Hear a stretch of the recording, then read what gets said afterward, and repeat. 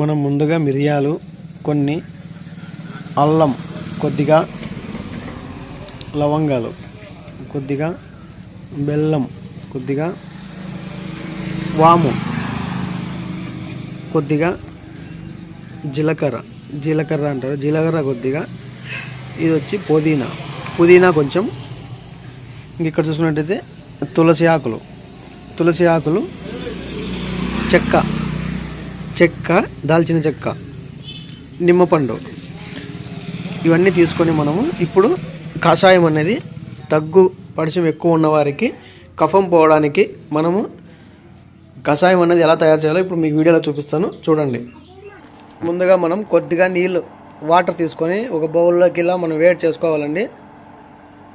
ఇలా నీటిని వేడికి చేసుకోవాలండి. కొద్దిగా నీరు తీసుకోండి, ఎక్కువ నీరు తీసుకోకండి. కొద్దిగా నీరు తీసుకొని దానిలోకి మనము ముందుగా చెప్పుకున్నటువంటి ఒక్కొక్క మిశ్రమాన్ని ఒక్కొక్కసారి వేద్దామండి. ఇప్పుడు ముందుగా మనం బెల్లం వేసుకుందాము. బెల్లము బాగా కరిగి దంచి వేసుకోవాలండి. బెల్లం ఇలా వేసుకోకూడదు. మనం ముందుగా ప్రతి ఒక్క మిశ్రమాన్ని కూడా మనమైతే పొడిగా చేసుకోవాలండి. పొడిగా చేసుకుంటేనే మనకు బిర్యానీ అది ఉడకడము, తొందరగా కషాయం అనేది అవుతుంది. ఇప్పుడు మనము దంచి పెట్టుకున్న మిరియాల పొడి కానీ, లవంగాల పొడి కానీ, అల్లం కానీ ఇవన్నీ దంచి పెట్టుకోవాలండి. ఇప్పుడు మనమైతే అల్లం వేద్దాము. అల్లం వేసేసాము. నెక్స్ట్ ఇంగ్రీడియంట్స్ ఒక్కొక్కటి వేయాలండి. ఒక్కొక్కటి మనం వేసుకోవాలండి.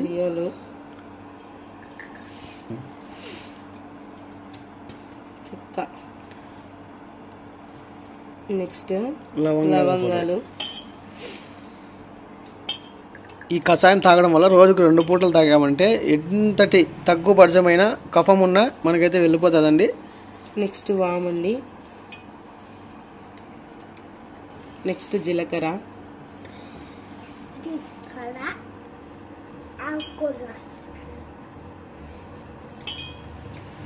నెక్స్ట్ తులసాకు, నెక్స్ట్ పుదీనా, నెక్స్ట్ నిమ్మరసం. చివరిగా నిమ్మరసం అయితే పిండుకోవాలండి. దాంట్లోకి నిమ్మకాయ వచ్చి పడిశంకి ఎంతో మేలు. నిమ్మకాయలో విటమిన్ సి అనేది పుష్కలంగా ఉంటుంది కాబట్టి పడిశం నుంచి ఉపశమనం మనకైతే దొరుకుతుంది. ఇప్పుడు మనం వేసిన ప్రతి ఒక్క ఇంగ్రీడియంట్ ఒక్కొక్క దానికి మేలండి. జీర్ణం కానీ, పైత్యం కానీ, ఇంకోటి ప్రతి దానికి మనకైతే చాలా యూస్ఫుల్ అండి. అన్నీ మన ఇంట్లో దొరికేటివి, బయట ఏం తెచ్చుకోవాల్సిన అవసరం లేదండి. అన్నీ ఇంట్లోటివే.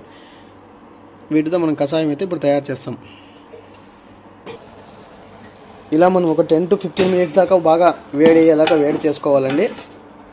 10 to 15 minutes వేడి చేసుకున్నట్టయితే కషాయం అనేది బాగా మరిగి దానిలోని విటమిన్స్ అనేటివి మొత్తం అన్నది మనకైతే కషాయంలోకి అయితే రావడం జరుగుతుందండి. మనం ఇలా వేడి చేస్తున్నప్పుడు వచ్చే ఆవిరిని పీల్చడం వల్ల కూడా మనకైతే ఉపశమనం అయితే దొరుకుతుందండి. మనం ఆవిరిని పీల్చడం వల్ల కూడా మనకైతే ఎంతో ఉపశమనం అయితే లభిస్తుంది. నాకైతే చాలా విపరీతమైన తక్కువ పరిచయం పట్టిందండి. దానివల్ల నేనైతే తయారు చేసుకుంటున్నాను. ఇప్పుడు రెడీ అయిన మిశ్రమాన్ని మనమైతే వడగట్టుకుందామండి. వడకట్టి మనమైతే తాగాలి. ఇప్పుడు చూడండి, ఇలా మొత్తం ఆవిరిపోయి మనకైతే మిగిలిన కషాయం ఇలా ఉండాలి.